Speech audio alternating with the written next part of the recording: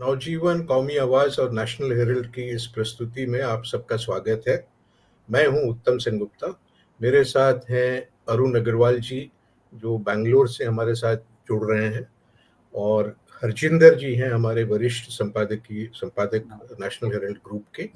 और आज हम लोग जो बातचीत करेंगे वो उसका संदर्भ है राहुल गांधी के कल का प्रेस कॉन्फ्रेंस वोट चोरी पर, जो हाइड्रोजन बॉम्ब या हरियाणा फाइल्स उन्होंने जो किया है उस पर हम लोग ये बातचीत करेंगे। अरुण अग्रवाल जी को इंट्रोड्यूस करने की कोई खास ज़रूरत नहीं है। वो लगातार चुनाव के मुद्दे पे, चुनाव में स्वच्छता और पारदर्शिता के मुद्दे पर बोलते रहे हैं वहाँ पे, और उनको हम लोग देखते और सुनते रहे हैं। इन दिनों वो सब वकील हैं, सुप्रीम कोर्ट में वकालत किए हैं, और इन दिनों जो है बहुत सक्रिय हैं, बैंगलोर में बसे हुए हैं। तो अरुण जी का बहुत बहुत स्वागत। और अरुण जी, हम लोग जिस तरीके से बात करेंगे, तो कल जो प्रेस कॉन्फ्रेंस राहुल गांधी ने किया, ये तीसरा उनका प्रेस कॉन्फ्रेंस था वोट चोरी पर। और उन्होंने जब पहला महादेवपुरा पर किया, दूसरा अलंध पर किया, और कल जो है उन्होंने हरियाणा पर किया। तो जो महादेवपुरा में उन्होंने किया, तो वहाँ पे भी वोटर्स को हटाने की प्रक्रिया के बारे में उन्होंने बात करी कि किस तरीके से हमारे वोटर्स को हटाया जा रहा है। अलंध में भी उन्होंने बात किया कि डिजिटली कैसे वोटर्स को हटाया जा रहा है। और कल जो उन्होंने बात किया हरियाणा में, उन्होंने वोटर्स लिस्ट फ्रॉड के बारे में बात किया कि किस तरीके से वो एक ही तरह के वोटर्स जो हैं, एक ही नाम के, एक ही फोटोग्राफ के साथ, एड्रेस भी शायद अलग अलग है, लेकिन अलग अलग बूथों में सेम आदमी जो है या सेम औरत का नाम जो है वो फिगर कर रहा है, वगैरह वगैरह। तो ये जो आज आज जो अखबारों में या भारतीय जनता पार्टी की तरफ से या चुनाव आयोग की तरफ से जो प्रतिक्रिया आई है कल से वहाँ पे, उस प्रतिक्रिया को आप कैसे देखते हैं वहाँ पे, वो हम लोगों का पहला सवाल होगा कि आप इसको क्या समझते हैं, कैसे देखते हैं। जैसे उन लोगों ने कहा कि भाई इसमें नई बात कुछ नहीं है, ये झूठ है, अनफाउंडेड है, बेसलेस है। बीजेपी ने कहा कि भाई आप कोर्ट में क्यों नहीं जाते हैं वहाँ। इलेक्शन कमीशन ने कहा कि आपने कंप्लेन क्यों नहीं करी वहाँ पे, वो कोई कंप्लेन तो आया नहीं है। इलेक्शन पिटीशन तो 22 ही पड़े हैं हरियाणा में, तो इसलिए आपका कहना जो है वो सही नहीं है वहाँ। राहुल गांधी का ये कहना था कि साहब इसमें समय लगता है, और वोटर्स लिस्ट जो है हम लोगों को लास्ट मोमेंट में मिलता है, और इसलिए किसी के लिए ये संभव नहीं है कि वो 15 बूथ्स में एक साथ जो है उसकी जांच कर सके। तो इसके लिए हमें समय लगती है, और इलेक्शन कमीशन अगर हमें डिजिटल रिकॉर्ड दे दे तो हम ये काम जो है वो एक दिन में पूरा कर सकते हैं वहाँ पे, और वो रिकॉर्ड जो है इलेक्शन कमीशन देती नहीं। तो इस पर आपकी क्या प्रतिक्रिया है, ये हम लोगों का पहला सवाल हो। देखिए संगुप्ता जी, ये जो पहला उन्होंने जो किया था माधवपुरा का, तो उसमें 5 असेंबली कॉन्स्टिट्यूएंसी थी, तो उन्होंने एक असेंबली कॉन्स्टिट्यूएंसी को पिक करके उसके बारे में उन्होंने उजागर किया था कि कैसे इसके अंदर में फर्जी वोट डाल के 1 लाख से ज़्यादा की मार्जिन जीत के, और बाकी जो 5-6 कॉन्स्टिट्यूएंसी में हमने जीता उसको जो है पलट के ये जो है लोकसभा का इलेक्शन जो है इन्होंने रिग करके कैप्चर कर लिया। ये उनका पहला था। अलंध में था कि देखिए मैं माफ कीजिएगा, लेकिन वो कांग्रेस ने जीता था, वो कंस्टिट्यूएंसी शायद कांग्रेस ने जीती। नहीं नहीं नहीं नहीं नहीं, वो गलत। वो कॉन्स्टिट्यूएंसी उन्होंने जो विधानसभा का इलेक्शन हुआ था उसके अंदर में उसमें सारे जीते थे, और ये वाला जो माधवपुरा हारा था। और जब लोकसभा का इलेक्शन हुआ तो ये पांचों, ये 6 विधानसभा की कॉन्स्टिट्यूएंसी मिला के जो है ये एक पूरी वो बनती थी।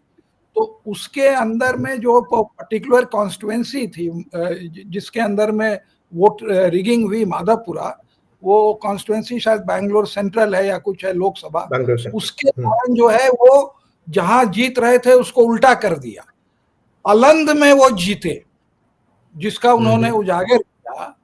अलंध के कॉन्स्टिट्यूएंसी में जीते, माधवपुरा में वो वहां पर हार गए। वहां पे उन्होंने जो उजागर किया, जिसके अंदर में ऑलरेडी जो है एग्जामिन हो रहा था, कंप्लेंट थी, तो उसमें उन्होंने दिखाया कि ये जो है ऑर्गेनाइज्ड रिगिंग है, मतलब कि ये ऑलरेडी कंप्लेंट है और इसको ये लोग नहीं देख रहे हैं, तो वो एक दूसरे लेवल का था। ये जो कल उन्होंने दिखाया, उन्होंने पूरा स्टेट वाइज दिखाया। तो करेक्ट। अगर आप देखें तो हर स्कैम जो है एक पर्टिकुलर विधानसभा की कॉन्स्टिट्यूएंसी, फिर लोकसभा की कॉन्स्टिट्यूएंसी, और फिर जो है पूरे स्टेट की कॉन्स्टिट्यूएंसी, फिर कैसे ये जो है बढ़ता गया। तो ये दिखाता था कि देखिए कहीं पर रिगिंग जो है, कैंडिडेट पैसे वाला है तो वो कर सकता है मिला के। दूसरा है कि नहीं, ये ऑर्गेनाइज्ड वे में कॉल सेंटर, डेटा सेंटर, उस तरह की रिगिंग हो रही है, जैसे कि उन्होंने दिखाया अलंद में। और तीसरा फेज था कि नहीं, ये तो एकदम चुनाव आयोग और जो भाजपा की सरकार है, ये दोनों मिल के रिगिंग कर रहे हैं।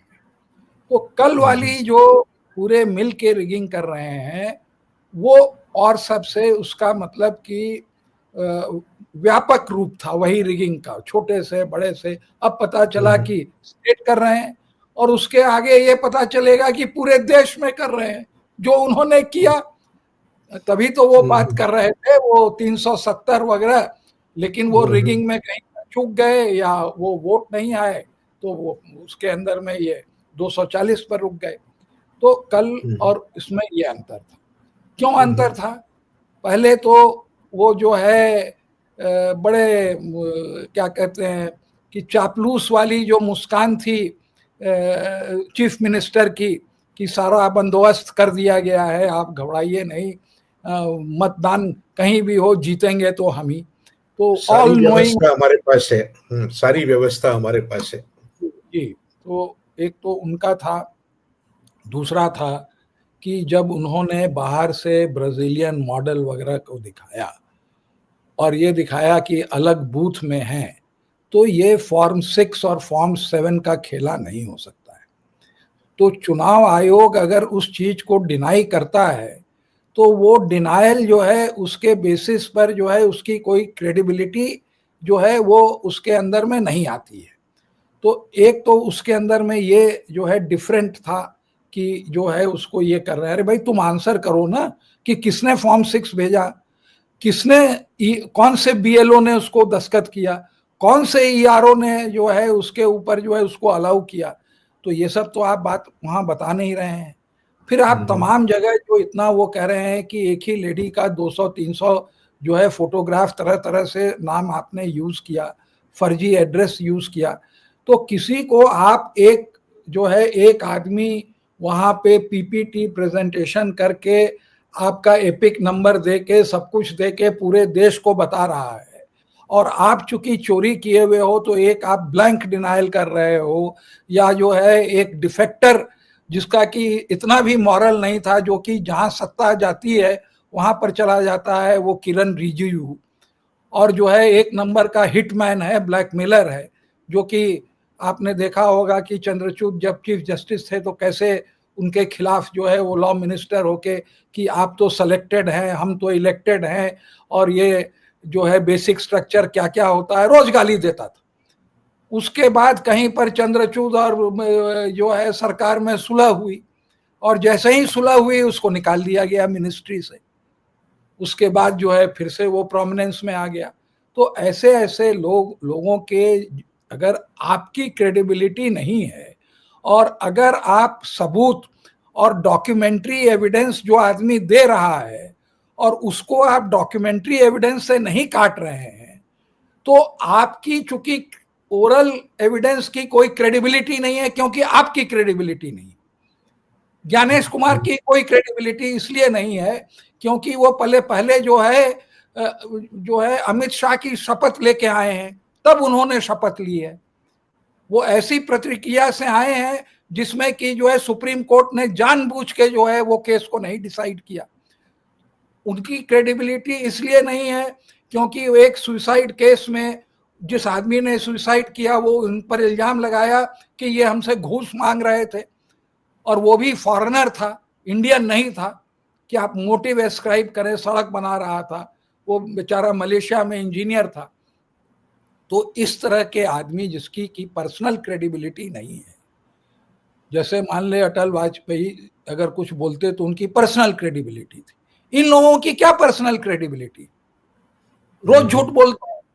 तो जिन लोगों की क्रेडिबिलिटी नहीं है वो डिनाई करते हैं, तो उनकी जो है डिनायल, और वो भी ब्लाइंड डिनायल बगैर डॉक्यूमेंट के। तो जब तक वो सारे डॉक्यूमेंट जिस पर राहुल गांधी ने आप पर इल्जाम लगाए, अगर वो डॉक्यूमेंट लेके आप भी एक पीपीटी प्रेजेंटेशन करने की अगर औकात रखते हैं, तब तो आपके ऊपर कोई विश्वास करेगा। नहीं तो आपको कहेगा कि अरे चोरी से ही अपॉइंट हुआ है, पहले भी चोरी करता था, घूस मांगता था, अब भी बैठ के यही काम कर रहा है। लोग तो यही कहेंगे ना। आप अपना कितना भी वो अकड़ के रहिए कि no I am the chief election commissioner, अरे भाड़ में जाए। अरे तुम एक चोर हो, तुमको किसी चोर ने अपॉइंट किया और उसी तरह से तुम बिहेव करो। तो इसलिए जो क्रेडिबिलिटी वाले लोग हैं उनकी बातें जो है लोग मानते हैं, जिनकी क्रेडिबिलिटी नहीं होती है उनको जो है जब तक वो डॉक्यूमेंट नहीं पेश करते हैं तब तक उनकी कोई बात नहीं मानी जाती। तो इसमें दो इलेक्शन सवाल, सॉरी, दो सवाल इससे उठता है। एक तो जो मैंने पहले भी आपसे पूछा कि ये कोर्ट में जाने की बात जो चुनाव आयोग करती है, वहां पे वो विकल्प है क्या? क्योंकि ये सवाल राहुल गांधी से भी पूछा गया और राहुल गांधी ने कहा कि साहब ये विकल्प हमारे पास नहीं है, ये हमारा काम नहीं है, कोर्ट देख रही है, या तो सुप्रीम कोर्ट खुद ही जो है इसका संज्ञान ले और नहीं तो दूसरे कोई जाए वहां पे। और दूसरी बात जो आपके बातचीत से क्लियर होता है वो होता है कि एक जमाना वो था कि जब चुनाव आयोग के लोग जो हैं वो पब्लिकली आकर जो है सफाई देते थे, बात करते थे। टेलीविजन डिस्कशंस में भी चुनाव आयुक्त जो है वो आते थे, मुख्य चुनाव आयुक्त आते थे। वो कुरैशी साहब को हम लोगों ने कई बार देखा, जब वो मुख्य चुनाव आयुक्त थे तो उस समय वो आते थे। और उनके जो दूसरे जो लोग हैं वो भी संवाद माध्यम में आकर जो है सफाई देते हैं। अब वो सब बंद हो चुका है और जैसे आप कह रहे हैं कि उनकी कोई क्रेडिबिलिटी बची नहीं है वहाँ पे, तो फिर से मैं ये सवाल दोहराना चाहता हूँ कि क्या कोर्ट में जाना कोई विकल्प है? क्या राहुल गांधी या कांग्रेस पार्टी या विपक्ष का कोई दल या कोई भी नागरिक जो है कोर्ट में जा सकता है? कोर्ट में जाने से उनको कुछ रिलीफ मिल सकता है क्या? और सुप्रीम कोर्ट जो है, जो कॉन्स्टिट्यूशनल अथॉरिटी है इलेक्शन कमीशन को, उसमें वो दखल अंदाजी कर सकती है क्या? इस पर थोड़ा सा अगर आप लाइट डालें, देखिए, अपनी राय दें। कोर्ट अगर निष्पक्ष हो तो वो सब कुछ कर सकता है, दखल अंदाजी भी कर सकता है, लेकिन इशारे इशारे में कह के उन्होंने छोड़ दिया कि आज जो है सुप्रीम कोर्ट में किसी को विश्वास नहीं है।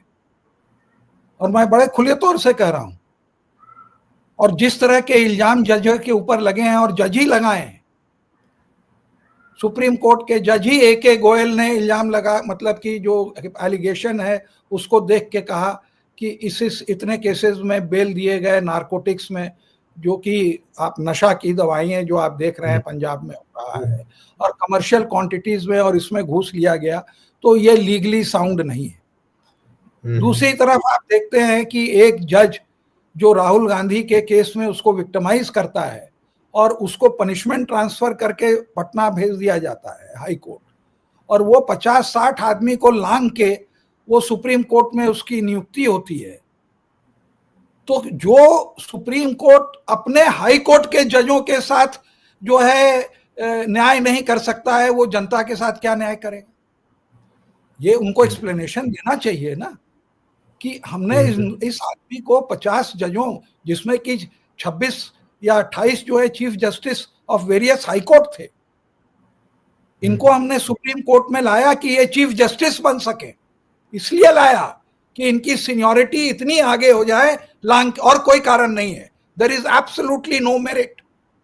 सुप्रीम कोर्ट लिख नहीं सकता है कि कैसे हमने इनको जो है टांग के लाया। और अगर आप रेजोल्यूशन देखेंगे तो उसमें लोगों ने दस्तखत तक नहीं किया है कि 5 कॉलेजियम में जो है कौन से 5 मेंबर थे। ये हालत हो गई है सुप्रीम कोर्ट की। और एक बात आप और समझिए, जो सुप्रीम कोर्ट में कोई आदमी जूता चलाता है चीफ जस्टिस के ऊपर, और दूसरा आदमी जो है, जो सांसद है, वो कहता है कि chief justice is responsible for civil war, और उस पर आप एक्शन नहीं लेते हैं क्योंकि वो भाजपा के लोग हैं, तो उसके ऊपर किसको विश्वास होगा? छोटी सी बात होती है तो राहुल गांधी का केस पासपोर्ट का जो है, आप देखिए 1 दशक से चला आ रहा है, और अगर मोदी जी का होगा, डिग्री का मामला होगा तो उसमें मानहानि लग जाएगा, फाइन लग जाएगी।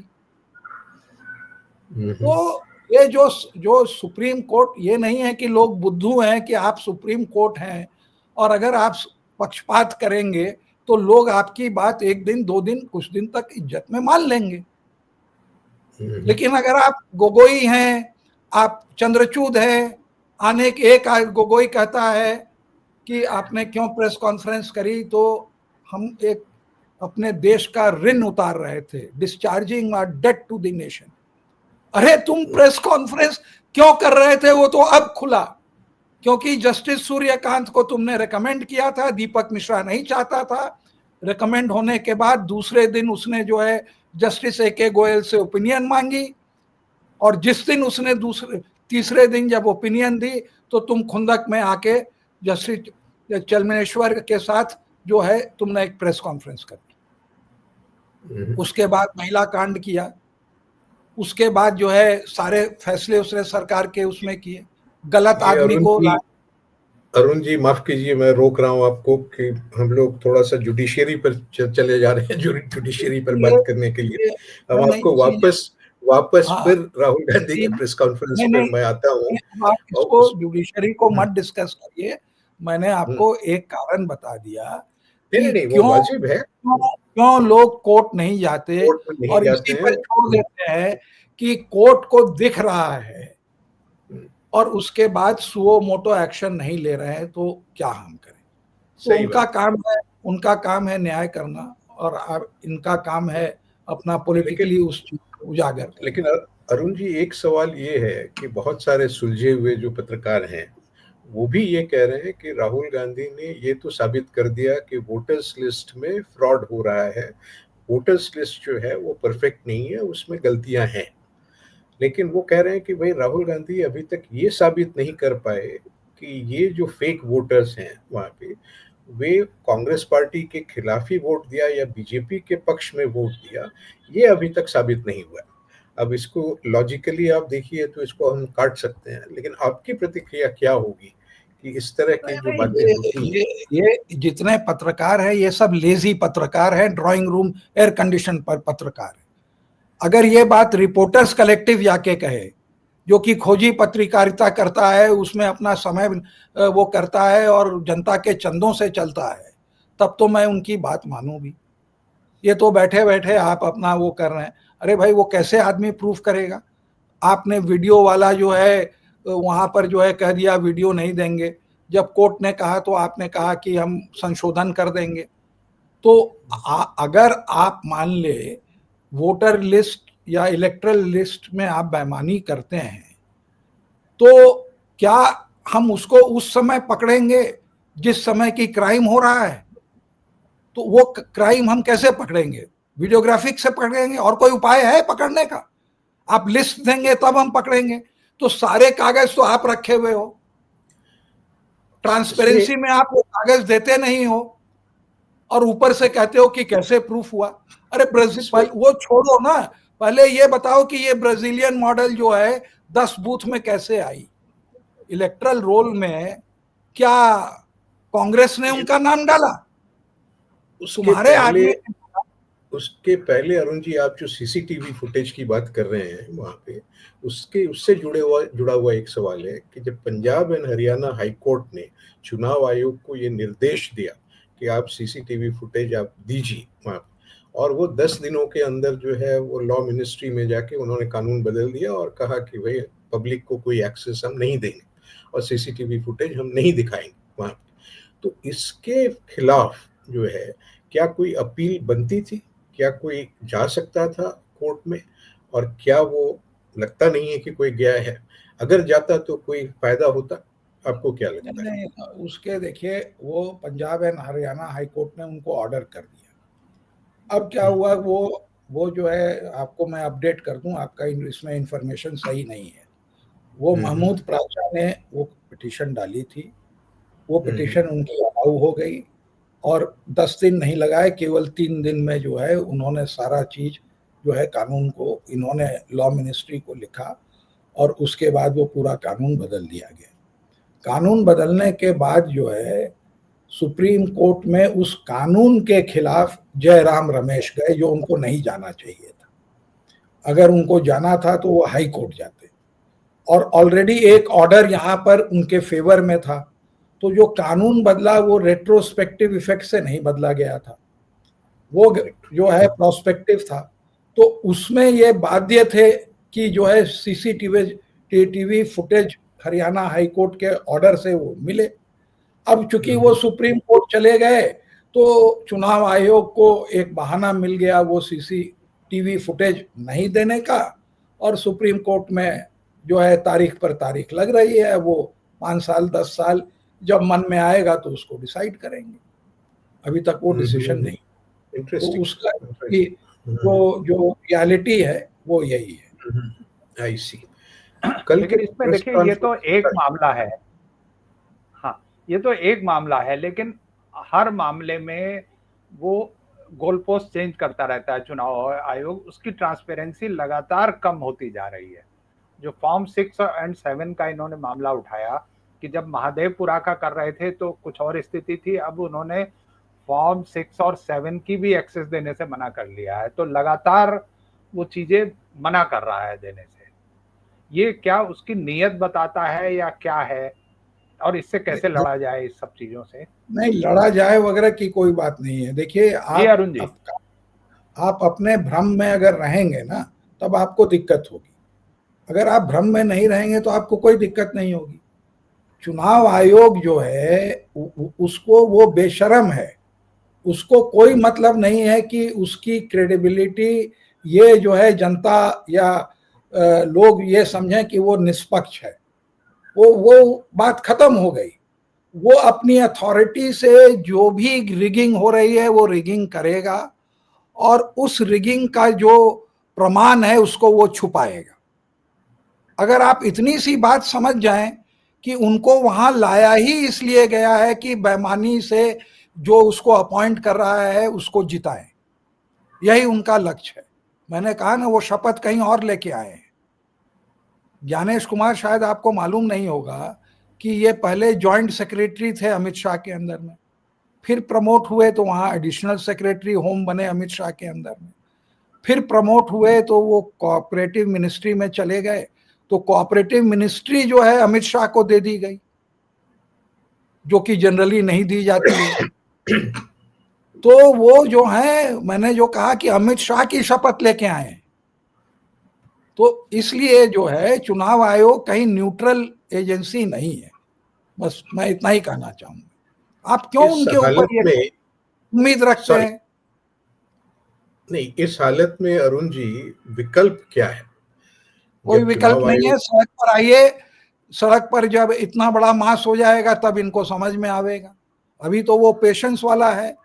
और क्या विकल्प है? विकल्प इन्होंने कोई छोड़ा है? कोई विकल्प नहीं छोड़ा है। और जनता जो है रोज रोज सड़क पर तो नहीं आ सकती है ना। एक सवाल अरुण जी मैं इसलिए पूछ रहा हूं कि आप इन सारी बातों पर आप बहुत दिनों से आप देखते आए हैं, पढ़ते आए हैं, समझते आए हैं और समझाते हुए आए हैं कि ये जो वोटर्स लिस्ट है, इसको स्वच्छ बनाने के लिए या फ्लॉलेस बनाने के लिए इतनी मशक्कत क्यों करनी पड़ती है? नहीं, क्यों ये हर एक साल हर एक चुनाव में ये बातें उठ के आती हैं कि भाई वोटर्स लिस्ट में जो है नाम नहीं है, कट गया, ये क्यों होता है? देखिए, ये जो है ना, ये एक क्राइसिस की गई है। इसमें कोई क्राइसिस थी ही नहीं। ये बड़े आसानी, ये आप बताइए हमें कि ये पिछले 5 साल के पहले तक कोई वोटर लिस्ट की तो बात कर नहीं रहा था कि इसमें रिगिंग हो रही है। ये जो पहले जो था कि फॉर्म 7 से आप वोट कटा सकते हैं, ये पहले भी था, और उसमें कुछ कुछ कैंडिडेट्स इसका एडवांटेज लेते थे। अगर आप इंटरनेट पर खोजेंगे तो आंध्र प्रदेश में ये काफ़ी होता था कि एक दूसरे के वोट कटाते थे। लेकिन ऑर्गेनाइज लेवल पे नहीं होता था, चुनाव आयोग के सहयोग से नहीं होता था। अगर उनके संज्ञान में आता था तो वो तुरंत इंक्वायरी उस पर ऑर्डर करते थे, एफआईआर करते थे।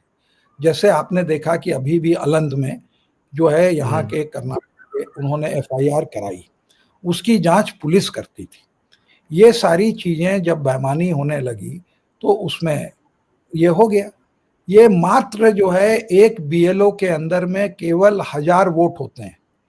अगर 1000 वोट होते हैं तो अगर एक एवरेज हाउस होल्ड की संख्या आप 4 मान लें तो 250 घर उसके अंदर में है। अब आप बताइए कि एक आदमी को 250 घर में दरियाफ्त करने में जो एक दूसरे के बगल में है कितना समय लगेगा और उसमें कितनी इनएक्यूरेसी आवेगी। केवल 250 है एक आदमी के पास। और अगर आप उसको ट्रांसपेरेंटली रख देंगे तो वहीं के लोग बैठ के कह देंगे पंचायत में कि अरे इनका नाम तुमने छोड़ दिया, इनका नाम छोड़ दिया, इसको ये करो वो करो। वो करना ही नहीं है। जब आपका मोटो है रिगिंग तो ये सारी चीजें एक नाम हो जाती है, बीएलओ, फॉर्म 6, फॉर्म 7। अरे बीएलए कहां से आ गया? किसने बीएलए का स्टेटस क्या है? बीएलए जो है अगर पॉलिटिकल पार्टी का है तो इसका मतलब वो दलाल है।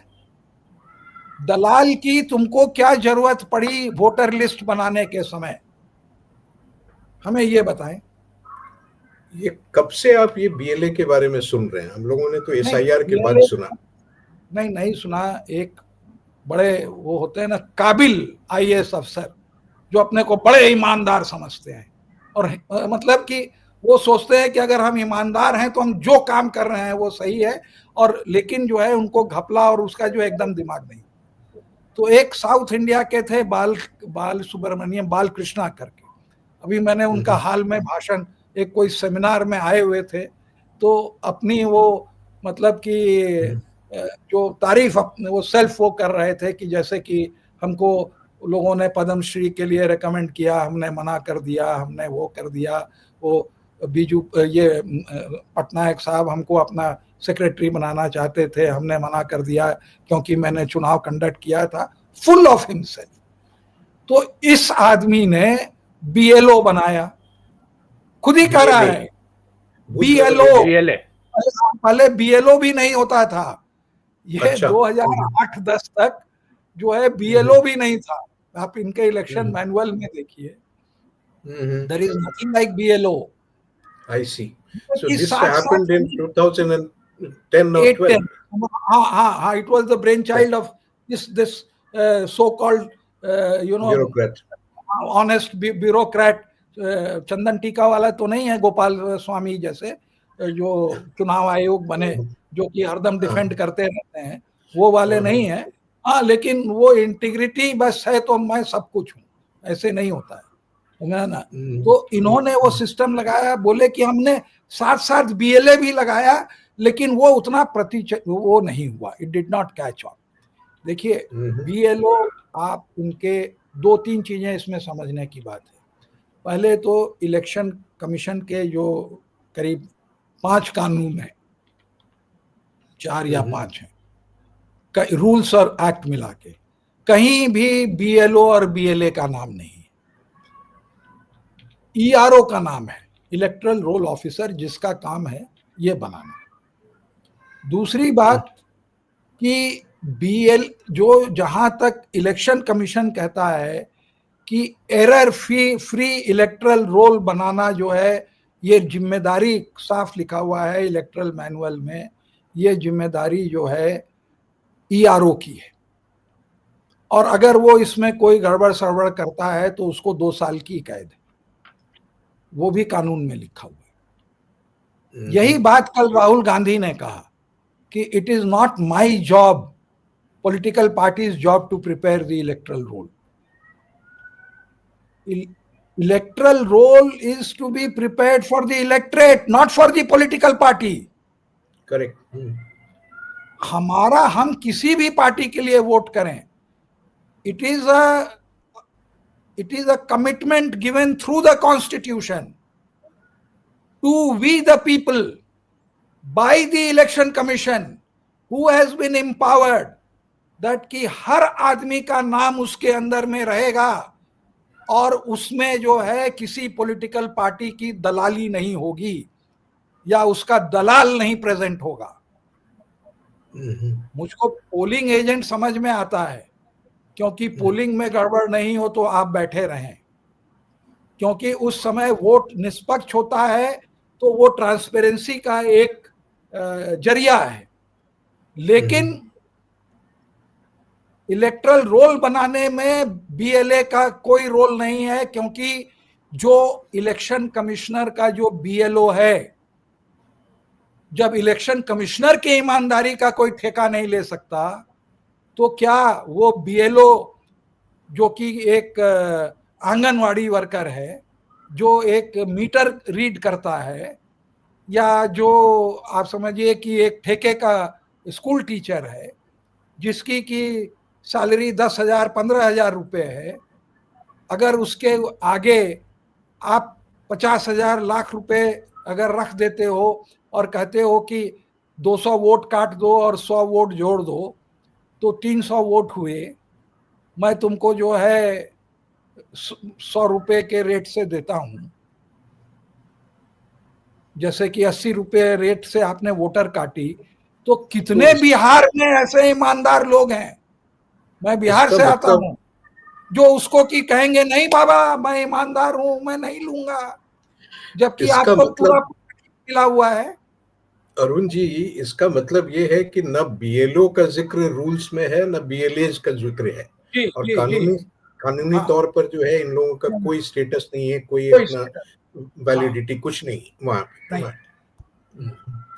और बीएलओ की कुछ रिस्पांसिबिलिटी क्या, एक सेकंड हरजिंदर जी, ये बीएलओ का रोल क्या डिफाइंड है क्या कानून में? या उनका वहां पर जिक्र नहीं है, लेकिन इलेक्शन मैनुअल जो है, इलेक्ट्रल मैनुअल जो चुनाव आयोग बनाती है, उसके अंदर में उनका रोल क्या, क्वालिफिकेशन होगा, किस तरह का आदमी होगा, कौन होगा, वो वही आदमी होगा। ये नहीं है कि बीएलओ जो है बगल की कॉन्स्टिट्यूएंसी का होगा। नॉट ओनली कॉन्स्टिट्यूएंसी, उसको जो बूथ उसके अंदर में है उसी का होगा, उसी जगह का होगा, रहने वाला। यस, ये सारी चीजें जो है इलेक्ट्रल मैनुअल में लिखी हुई हैं। ओके, ये कानून में नहीं लिखा हुआ है। हरजिंदर जी, आपका इजाजत हो तो मैं एक आखिरी सवाल करता हूं अरुण जी से, फिर आप बात कीजिए।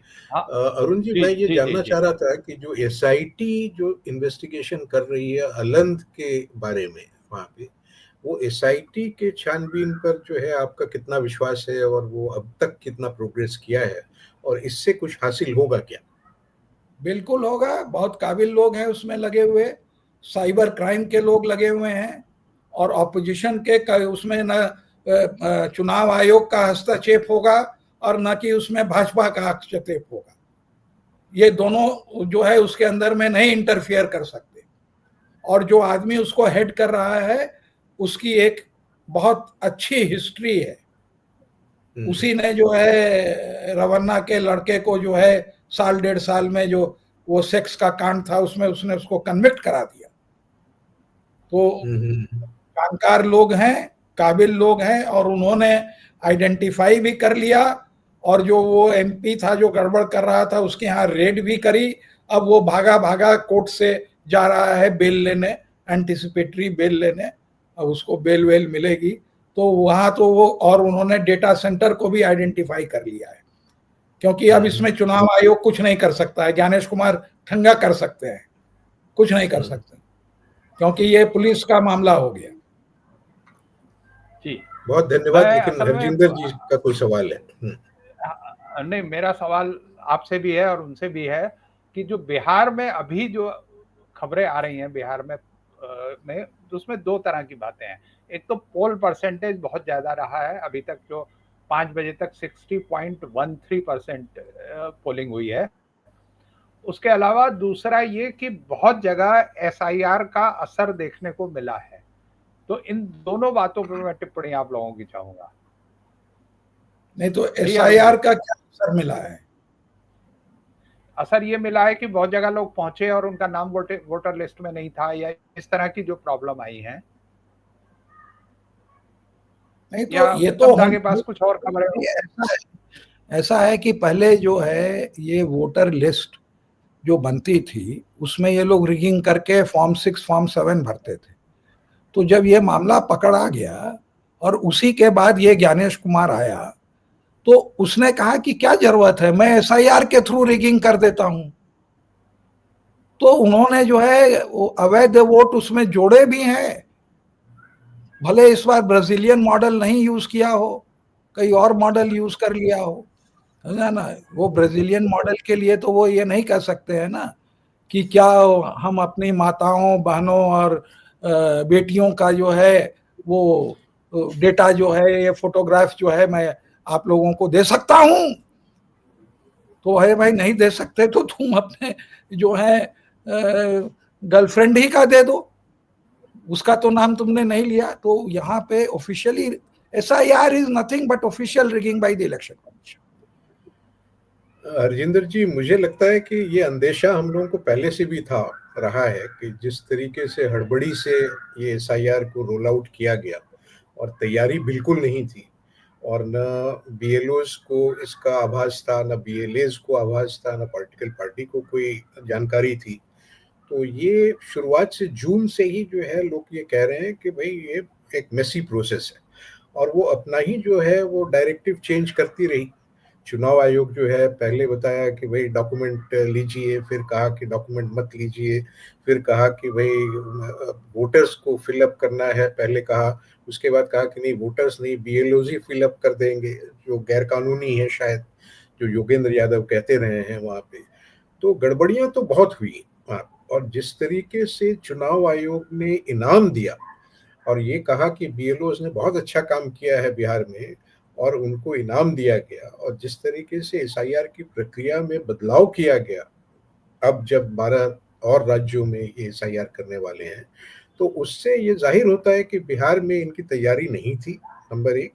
नंबर दो, बिहार में ये गड़बड़ी की आशंका पहले भी थी, और पहले फेज में जो थोड़ा बहुत जानकारी हम लोगों के पास आ रही है कि भाई एक एक गांव से, जो राहुल गांधी के प्रेस कॉन्फ्रेंस में भी आया, और वो जमुई के गांव से वो 6 लोगों को मीडिया के सामने उन्होंने प्रेजेंट भी किया कि उनका नाम कट गया, लोकसभा में उन्होंने वोट दिया था और अब विधानसभा के ये में एसआईआर के बावजूद, एसआईआर के बाद जो है उनका नाम नहीं है।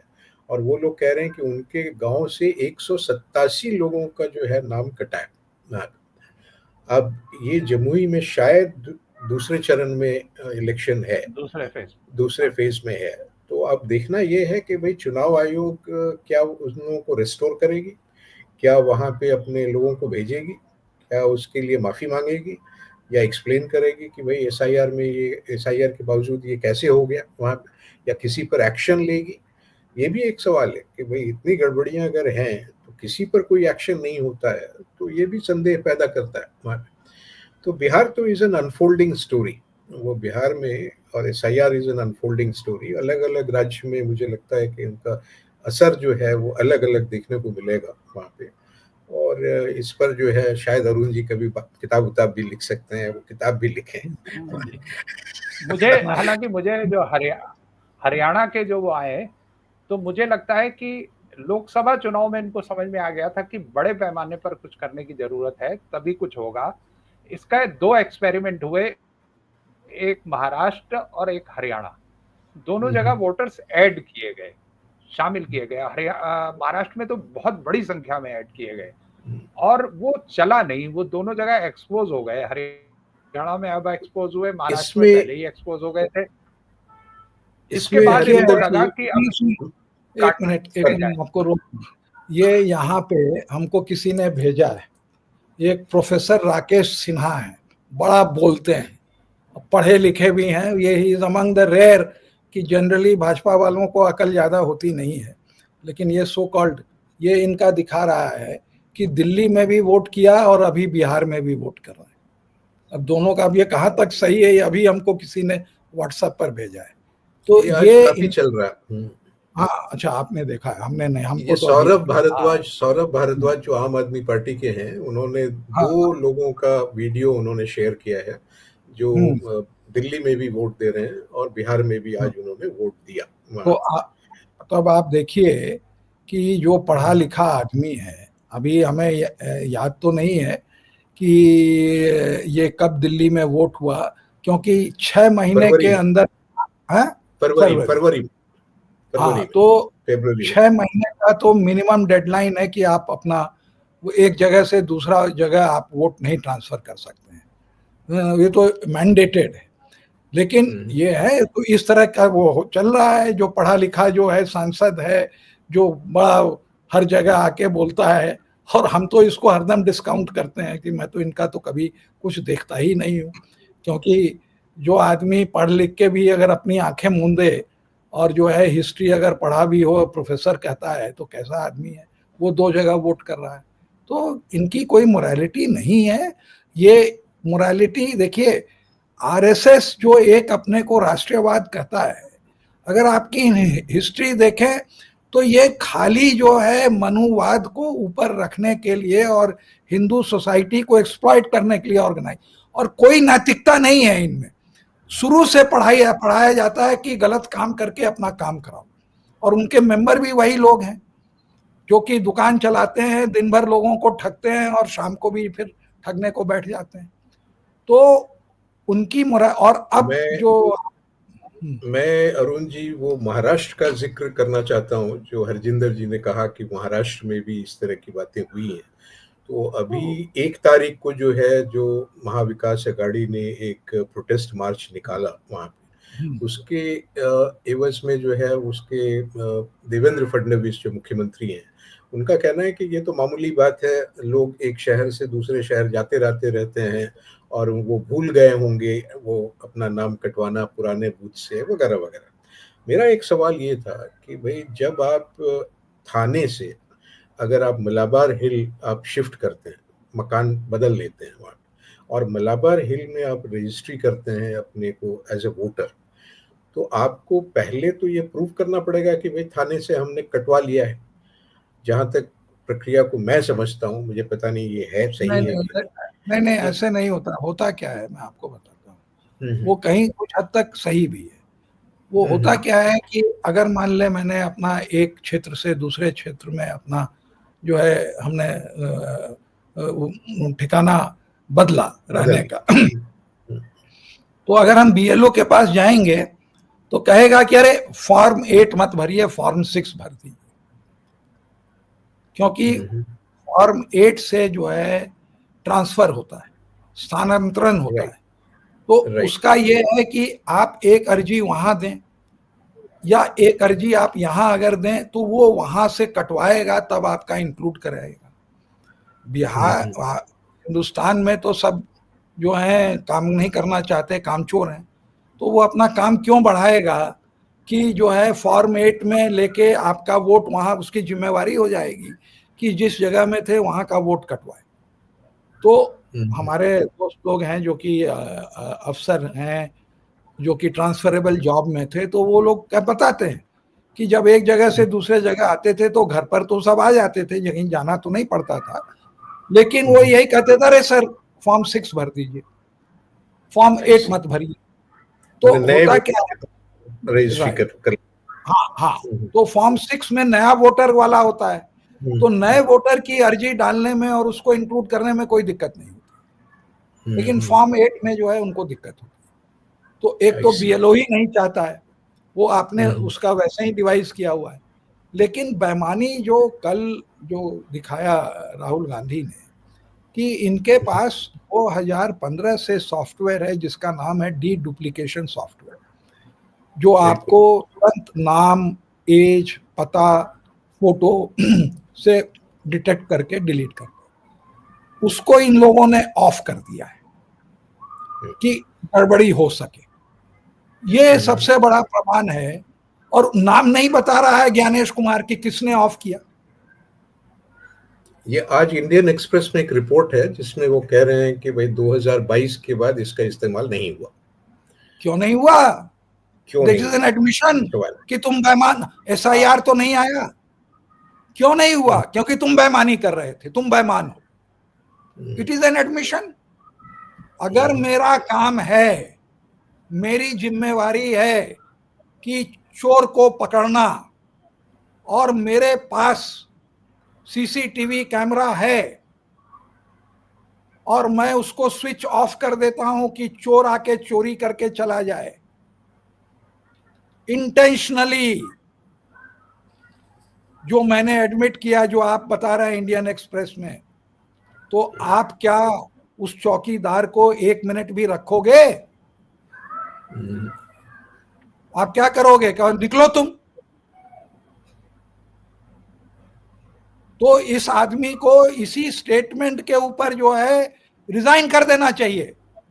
ये सूत्र के हवाले से है अरुण जी, वो अरे इंडियन सूत्र नहीं, एक्सप्रेस ये को किसी का रियलिटी नाम। है। सूत्र क्या होता है? यही तो लोग पकड़ रहे हैं, तभी तो वो जो है, तभी तो ये सारे कारनामे जो है 2024 के बाद हुए हैं। डुप्लीकेट वोट्स, तो यही बात है ना, कि वही तो अब लोग पूछ रहे हैं क्यों ये पकड़ा कैसे गए हैं, क्योंकि ये सारी चीजें इलेक्ट्रल मैनुअल में लिखी हुई हैं कि 2015 में ये कैसे ये सॉफ्टवेयर बना और कैसे ये जो है डिटेक्ट करता था और वोटरों को हटा देता था, इसलिए एसआईआर की जरूरत नहीं थी।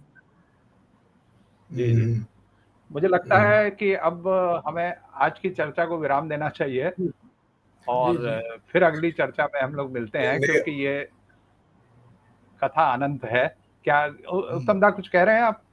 नहीं नहीं, आप सही कह रहे हैं कि ये तो हरी कथा अनंत और है ही। हाँ, लेकिन अरुण जी से बात करके जी, हम लोगों को बहुत अच्छा लगा, बहुत कुछ सीखा हम लोगों ने, हाँ, बहुत और अच्छा बहुत है। कुछ जी, जी, जानकारियां जो हैं उन्होंने दिया। तो अरुण जी, आपका बहुत बहुत धन्यवाद, बहुत बहुत शुक्रिया, और आप हम लोगों से जुड़ते रहिए। आप लोगों जी, से हम लोगों को मदद की आवश्यकता भी है, ज़रूरत है। जी, तो आपसे बातचीत जी, जी। करने की मंशा लेकर हम लोग यहीं पर ये समाप्त करते हैं आज। आप लोगों को बहुत बहुत धन्यवाद। नमस्कार।